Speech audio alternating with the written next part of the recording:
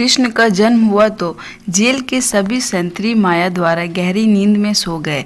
Jail के दरवाजे स्वतः ही खुल गए। उस वक्त भारी बारिश हो रही थी। यमुना में उफान था। उस बारिश में ही वासुदेव ने नन्हे कृष्ण को एक टोकरी में रखा और उस टोकरी को लेकर वे जेल के बाहर निकल आए।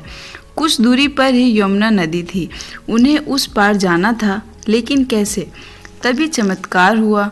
यमुना के जल ने भगवान के चरण छुए और फिर उसका जल दो हिस्सों में बट गया और इस पार से उस पार का रास्ता बन गया।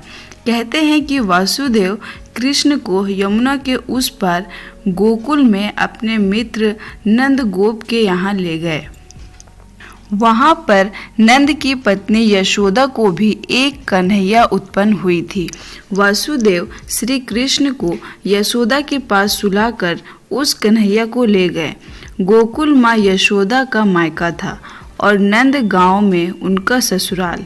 श्री कृष्ण का लालन पालन यशोदा व नंद ने किया। गोकुल यमुना के तट पर बसा एक गांव है, जहां सभी नंदों की गायों का निवास स्थान था। नंद मथुरा के आसपास गोकुल और नंद गांव में रहने वाले अमीर गोपों के मुखिया थे। यहीं पर वासुदेव की दूसरी पत्नी रोहिणी ने बलराम को जन्म दिया। बलराम देवकी के 7वें गर्भ में थे, जिन्हें योग माया ने आकर्षित करके रोहिणी के गर्भ में डाल दिया था। यह स्थान गोप लोगों का था। मथुरा से गोकुल की दूरी महज 12 किलोमीटर है।